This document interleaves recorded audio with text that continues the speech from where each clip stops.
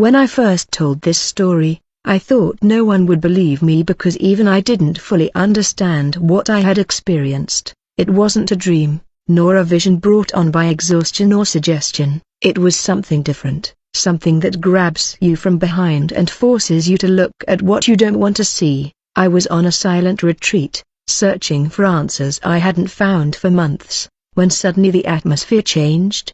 There were no lights, no supernatural voices, but there was a sensation so intense it left me breathless, as if an invisible force had opened a gate that had always been closed. In an instant, I was no longer there.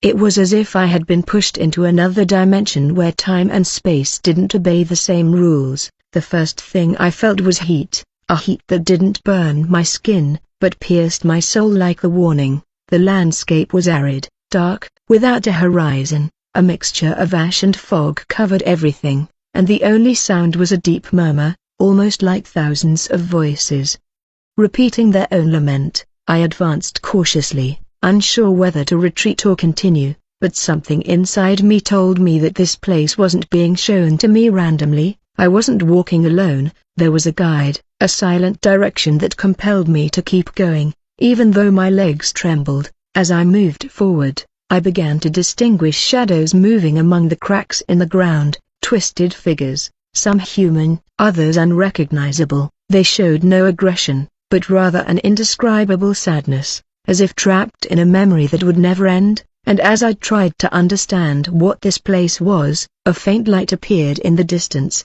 It wasn't a warm light, but a bluish, intermittent glow that seemed to flicker like a broken lighthouse. I felt a strange tension in my chest, because that brightness shouldn't exist in a place like this. When I got closer, I understood that the light came from a wide space, like some kind of underground valley. There, the silence was broken by a metallic sound, a dry click, as if chains were being dragged, and then I saw him. I didn't expect to recognize anyone in a place like this, but the figure before me left me paralyzed. He wasn't a monster, he wasn't an anonymous shadow. He was someone whose face I had seen countless times, someone the world had bid farewell to with tears and tributes. He was sitting with his back hunched, staring at a point lost in the void. What impressed me most wasn't his presence, but his state. There was no fire around him, no flames consuming him as we usually imagine. When we think of damnation, what we see is a deep wear and tear, a kind of emotional fracture that is visible even in his smallest gestures. He seemed trapped, not by physical chains, but by the weight of something that was suffocating him from within, and although at first I hesitated, I soon recognized him. It was Paul Walker, not the one everyone remembers on screen, not the charismatic icon who seemed made of light and adrenaline. He was a broken soul, as if carrying a weight no one had ever seen in life. I stood watching him, not knowing how to approach him, not even knowing if I should, but at that moment he raised his head and his gaze pierced me completely. It wasn't a look of hatred or fear, it was a mixture of shame, confusion, and a weariness so deep it seemed eternal. And it was there, in that silent encounter, that I understood that what I was seeing had nothing to do with cinematic punishments. What I had before me, it was something much more human, painful, and real, a soul confronting the truth of itself. When that gaze met mine, I felt something I had never experienced. It wasn't fear, nor compassion in the classical sense. It was a brutal awareness that that place didn't show caricatures of suffering, but rather truths that people avoid in their entire lives. Paul Walker seemed to be trying to say something, but his mouth didn't move. He communicated like he followed human rules. It was as if each memory transforms into language, each recollection into an image. It was, and precisely it made it happen around me. The atmosphere trembled slightly as if he were breathing, and suddenly scenes began to emerge in the air like living projections. They weren't scenes from films or public events, they were moments that carried emotional weight, intimate fragments that any weight would hide. I remembered that many people fed on his image as an eternal mercenary, a symbol of speeds, freedoms, perfect equates. But the nothing said it mattered so much more. They showed internal chapters, obstacles, omissions, prisoners, fears, never told, responsibilities that he was tempted to carry, and that were crushed inside. There was no explicit revelation, only the exposure kept in the shadows throughout a lifetime. He observed each fragment as a mixture of respect and discomfort. We never imagined that people you celebrate also bleed inside, that public smile sometimes hides struggles that no one. Paul seems to relive each step as a painful lucidity, as one stands before a mirror that does not allow one to deviate from what one perceived that torment. There it was not imposed by shadowy creatures as we usually imagine but by one's own truth. It was conscience confronting that which was never resolved. In that place it was more penetrating than any fire. For a moment, the atmosphere darkens again and the project disappeared. Paul's head seemed to recognize an inevitable weight. I felt I wanted to speak to him more, but there was no voice. Communication came directly to understanding, and what I perceived was something simple and devastating. Regret, not an exaggerated theatrical regret, but a silent adoration for everything. Here, what could have been different? Something any human being understands in words of some steps directed towards L without knowing if that was allowed or if the gesture would cause some kind of reaction around him or chance to respond to my movements as if he were alive. Paul raised his face again. In that second I perceived something that changed all interpretation of what I was seeing. That place doesn't captivate concurrence or scourges. It was an inability to forgive oneself.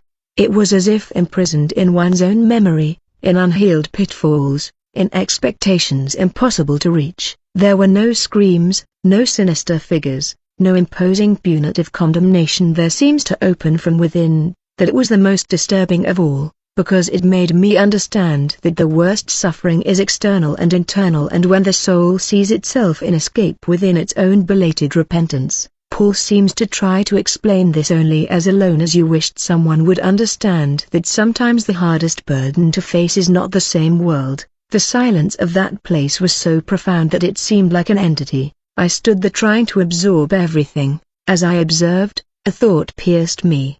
Perhaps the greatest deception we commit is believing that fame, praise, and applause shield one spiritually. The truth can be just the opposite. They can be cloaks that hide deep wounds. Paul doesn't seem like a condemned man from a movie. He seems like a human being facing his own truth without filters, and it was at that moment that I felt again that invisible force behind me, something that indicated that what I should see in that place was something else. The presence behind me grew more intense, as if someone were urging me to move forward, though every part of me begged to stay there in front of him, trying to understand what that vision truly meant. It wasn't mere curiosity, it was a kind of silent responsibility that seemed to grow with each passing second. I felt the atmosphere open up as if an invisible corridor were emerging from the shadows, pushing me to continue. Paul remained motionless, but his gaze stayed fixed on me, as if he knew that what I was about to see would explain everything. I took a step into that corridor, and the surroundings changed almost immediately. The darkness began to take shape, and what had once been a boundless landscape transformed into a scarred zone. The ground was riddled with deep fissures, and within them, lights pulsed like veins. There was no fire, but there was a reddish glow emanating from the depths, giving the impression that the ground was breathing. It was a place that conveyed a wordless message. Here come those who live fragmented inside. As I walked on, figures began to appear along the side of the road. They weren't people I knew, but they all carried similar expressions: exhaustion, confusion, the feeling of having run too far without knowing where they were going. Some walked in circles, others sat clutching their heads as if reliving scenes they wanted to forget. The air was filled with echoes, not shouts, but repeated thoughts, phrases that one tells oneself when trying to convince oneself of things one doesn't truly feel. It was then that I understood that this place was connected to Paul in a symbolic way. He had been a man who lived on the edge, always in motion, always surrounded by external expectations. Speed had been part of his public identity, but deep down, that same speed seemed to have disconnected him from essential parts of himself. That valley revealed that, souls that had run so far they no longer knew where to stop. However, something in that environment began to change when a bluish light appeared in the distance. It was different from everything else. It was cold, but not threatening. It seemed like an invitation to keep going. The corridor narrowed, as if the place itself wanted to guide me to a specific point. I kept walking, and the landscape began to show images suspended in the air, like other people's memories repeating endlessly. I saw scenes of people smiling while hiding insecurity. I saw relationships broken by a lack of communication. I saw decisions made impulsively, dictated by external pressures. Someone's life. They were universal fragments, but all shared a common thread. The internal struggle between the image we show to the world and the truth we carry within. It was as if that place revealed the tension that exists between who we are and who we try to be to please others. That bluish light intensified, and as I approached, I understood its origin. It was a kind of open room, without doors or walls, supported only by columns formed by shadows. In the center was something resembling a seat, but it wasn't a throne or a chair. It was a structure that vibrated as if reacting to the presence of whoever approached, and when I stopped in front of it, the entire surroundings fell silent. Then I understood, that place was where souls confronted their true motivations. That was the point where excuses vanished, where achievements and others' expectations no longer mattered. Here, only the true intention behind every action was revealed, and suddenly, the figure of Paul Walker reappeared a few meters away, not as a trapped spirit, but as a reflection showing what had led him there.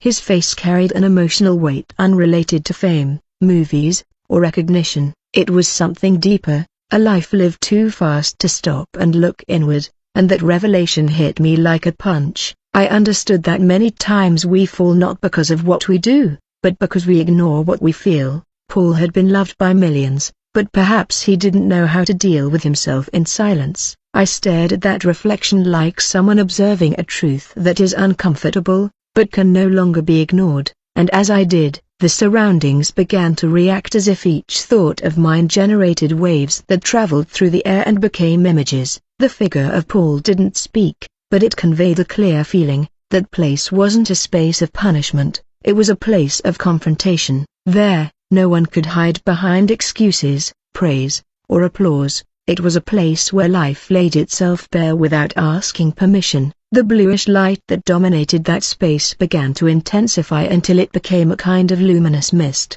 When that mist surrounded me, I felt something like being examined from within. It wasn't a threat, more a kind of deep emotional reading, as if that place also wanted to know who I was or who entered it. It was an uncomfortable sensation because I perceived that I wasn't there as a spectator. I was being included in the same dynamic that others see in other souls. The shadows around moved slowly, revealing more figures that seemed trapped in their own consciousness. Some tried to advance, others to retreat, others remained motionless as if they had absorbed a truth that was difficult to digest. It was strange because nothing there seemed imposed by external force. Everything was internal.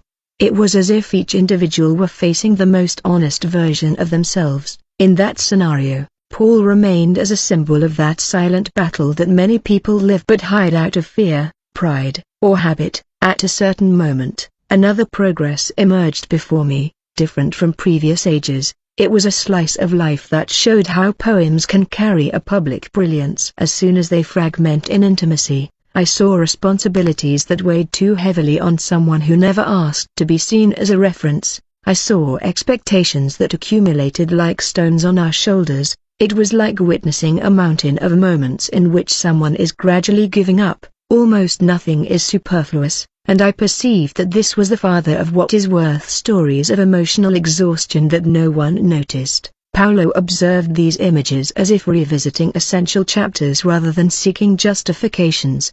It was as if finally accepting that life lived in parts it never faced with sincerity and made or condemned or rejected. There was no sarcasm in physical punishment, nor demonic creatures. There was barely lucidity, that lucidity that arrives too late and that for that very reason weighs more than any external pain. The silence of that place screamed more than any sound. I approached and felt a little tentative. I couldn't understand why all of this was being shown to me. It wasn't just about Paul Walker anymore. There was something bigger there, a kind of universal message about how we live trying to be idealized versions of ourselves while burying real feelings. That atmosphere seemed built precisely to reveal when someone lives more for the outside than for the inside. That explained why so many souls seemed lost. They weren't more people, they were people who would never weigh more themselves. The blue light began to pulse like a heart. Each pulse seemed to push the entire atmosphere toward a denser state, as if it were being revealed. It was about to reveal something that had been hidden until that moment. Paul Walker. This time, there was something different. It wasn't just pain or regret. There was a kind of clarity, a recognition that what was being shown wasn't meant to be overlooked, but rather to remind everyone that it went unnoticed, insofar as it lived at the accelerated pace that the world demands of it. Then I felt again that silent presence behind me, indicating that I should continue, as if that place had more to show and that Paul's story was merely the gateway to a deeper understanding of the human condition. I took a deep breath, trying to prepare myself for what was coming. Although in that place preparation seemed a useless concept, I knew that what was coming next wasn't going to be gentler, it was going to be truer. Wasn't it? Nobody wants to look straight ahead, right? The corridor narrowed and the blue glow began to darken, as if the atmosphere were preparing to show me an even deeper layer of that place. The air grew denser, not from heat, but from the emotional weight that seemed to float in every corner. It was difficult to breathe, not physically, but spiritually. It was as if everything I was seeing forced me to confront my own contradictions. The shadows around me began to move with greater clarity. They were no longer mere muted figures, now they had expressions, gestures, postures that revealed entire stories. Some walked quickly, as if trying to escape themselves, others remained motionless as if they had given up, and as I watched, I understood that this place didn't categorize people by what they did, but by what they never faced. It was a space where unfinished business took form. In the midst of that emotional landscape, I saw something that powerfully caught my attention, a kind of corridor formed by memories suspended like living photographs that repeated themselves without rest. They were seemingly simple moments, but each one carried a brutal weight: hasty goodbyes, prolonged silences, impulsive decisions that changed entire destinies.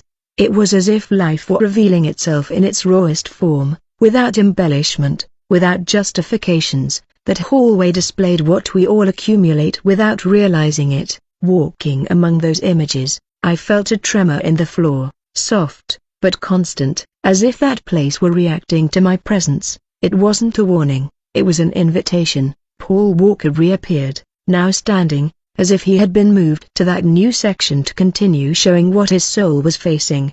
His posture was different. He was no longer the broken figure from the beginning, but neither was he at peace. He seemed like someone forced to see with absolute clarity all the times he hadn't listened to himself. His eyes still conveyed that mixture of resignation and belated understanding. There was no victimhood, there was complaints, just a silent acceptance that many of his burdens weren't caused by malice, but by inner disconnection. When you live to meet external expectations, you end up losing your inner compass without realizing it, and that place showed exactly that. The spiritual consequence of living without ever stopping. As I approached it, something unexpected happened. The images around me began to become more personal, deeper. They were no longer memories of others, they were projections that spoke of humanity in a universal way. They showed what we all try to hide: insecurities, contradictions, unresolved desires, silences that weigh more than screams. It was as if that place wanted to make it clear that no one arrives there because of a single mistake, but because of the accumulation of everything they avoided facing throughout their life. Paul reached out toward one of those images, but he couldn't touch it. When he tried, the image briefly faded, as if that place were reminding him that he could no longer alter what had happened. He could only see it clearly, and that impossibility generated a subtle pain within him. A pain he instantly recognized because it is the same pain anyone feels when they understand that lost opportunities don't return. However, there was also a silent lesson in that, as long as life goes on, one can still choose, one can still correct, one can still listen again to what one has ignored. The presence behind me made itself felt once more. It was as if an invisible hand touched my back, indicating that I should continue. I realized then that what came next wouldn't just be about Paul, but something broader, something that connected his story to a larger message. I took a deep breath and prepared to enter the next section of that place, knowing that each step would lead me to a more painful and, at the same time, more revealing understanding. As soon as I crossed that invisible threshold, the atmosphere changed completely. The blue glow dissipated, giving way to a dim, almost silvery light that seemed to filter in from a distant point. This area was unlike anything I'd seen before. There were no scattered shadows or confused figures wandering aimlessly. A deeper silence prevailed here, a silence that didn't intimidate, but rather compelled one to listen to what lay within. It was a space that seemed reserved for more specific revelations, as if each soul that arrived there had to confront a personal core they hadn't been able to see in life. Paul Walker reappeared, but in a different form. He was no longer the broken figure I had seen in the first moments. He still carried an evident weight,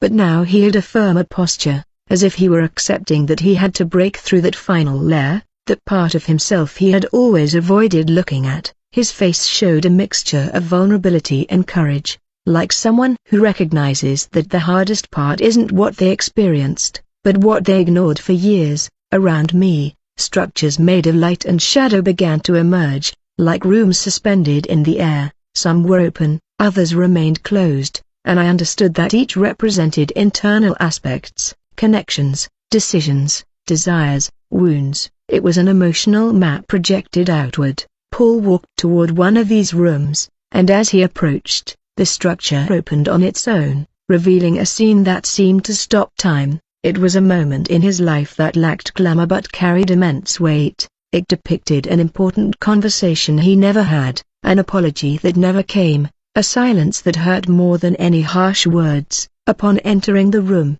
his expression changed. It was no longer just pain, it was recognition. That place was built for that purpose, so that each soul could clearly see what life, noise, and haste had obscured. As he observed this scene, I realized something profoundly human. Even the most admired people can carry scars that no one sees, and that is their real torment for many, not as punishment, but because of the impossibility of going back.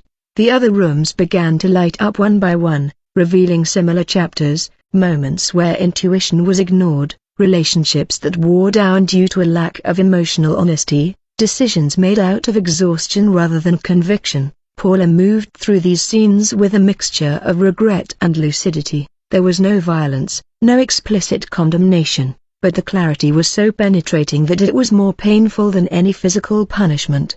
It was as if this place wanted to show that in the end, what truly matters is not what the world thinks of you, but what you think when you see yourself without filters. At one point in the tour, I felt that the environment was reacting to my own thoughts, as if this place also wanted to include me in the experience. It wasn't intimidation, it was an invitation to introspection, to recognize that we all have inner rooms that we avoid opening. Seeing Paul confront his own, I understood that this place didn't depict punished souls, but rather souls exposed to their deepest truth, and that truth, though harsh, didn't intend to destroy, but to reveal what the hurried pace of life had concealed. The silver light then began to concentrate in a single direction, marking a path that seemed to lead to a climax. Paul looked in that direction, and for the first time since I had seen him, his expression changed in a way he hadn't shown before. Acceptance, as if he knew that what was coming next wouldn't be easy, but would be definitive. I understood that this next space contained the essence of that entire vision and that it somehow connected not only to his story, but to the stories of those of us who are still alive. I prepared myself to move forward, sensing that what was to come had a weight that couldn't be taken lightly. The silver light began to form at a specific point in space, as if there were a gravitational center attracting all the energy from that area. Paul took a few steps in that direction, and I followed cautiously. There were no doors, but the atmosphere changed as if we had passed through one. I immediately felt a gentle pressure in my chest, not painful, but intense, like when you face a conversation you've been avoiding for years. That place had no shadows or rooms, completely open, illuminated by a soft clarity that didn't blind, but revealed absolutely everything. In the center was something that looked like a circular platform, made of liquid light. Paul stopped in front of it as if he knew its exact purpose. The platform began to react to his presence, projecting images that didn't come from specific memories, but from condensed emotions. It was different from everything before. Here, scenes weren't shown, but sensations: fear, expectation, responsibility, love, guilt, pure emotions, without context, as if the soul were being distilled to its essence. That intensity was almost overwhelming. Paul closed his eyes like someone receiving a direct emotional shock. I understood that what he was facing was no longer his past, but his true core, that which had driven him, that which had given him strength and also destabilized him. And as I observed, I understood something fundamental: that place didn't punish, but rather gave back, returned the truth that each of us had left buried. Beneath years of noise, I felt something similar beginning to touch my own thoughts, as if that space also wanted me to see what I carried within. It was strange because it didn't show itself to me scenes of myself, but reflections of emotions we often ignore out of habit. I silently asked why I was being exposed in this way, and the answer came as a gentle understanding. One cannot witness another's revelation without confronting one's own. It was part of the process, part of the message. Paul remained with his eyes closed, but his expression was subtly changing. There was no longer just pain or regret. There was something deeper, almost like an understanding that his story, with all its light and shadow, had a greater meaning in that place. I understood that this platform functioned as a kind of spiritual filter where one could see who one truly was beyond fame, applause, or mistakes. It was a formless mirror.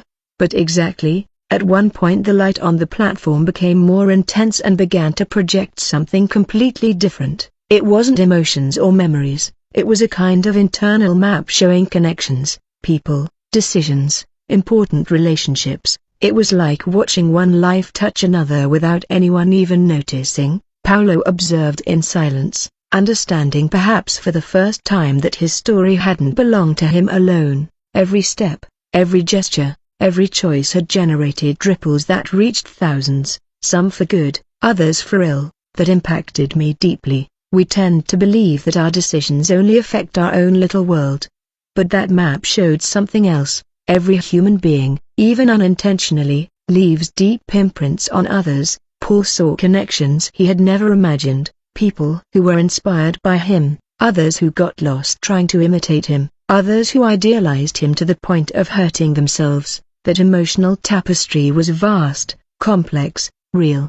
The platform, as if the vision had fulfilled its purpose, slowly dimmed. Paul opened his eyes, and for the first time since I'd seen him, his gaze held a different kind of serenity. It wasn't resignation, it was clarity. Something within him had understood his own story in a way he had never been able to comprehend in life. He didn't seem free, but he was aware, and that awareness, even in a place like that, carried enormous weight. I felt again the presence behind me, that silent guide that set the rhythm of everything I was seeing. I knew there was one last section, one that didn't show memories, emotions, or connections, but something even deeper, the ultimate consequence of what we are when we can no longer hide anything. I took a deep breath, knowing that what was coming would be the most revealing point of the entire journey. I followed the path to that last section. It began to reveal itself as a faint line of light snaking across completely dark terrain. It wasn't the heavy darkness of the beginning,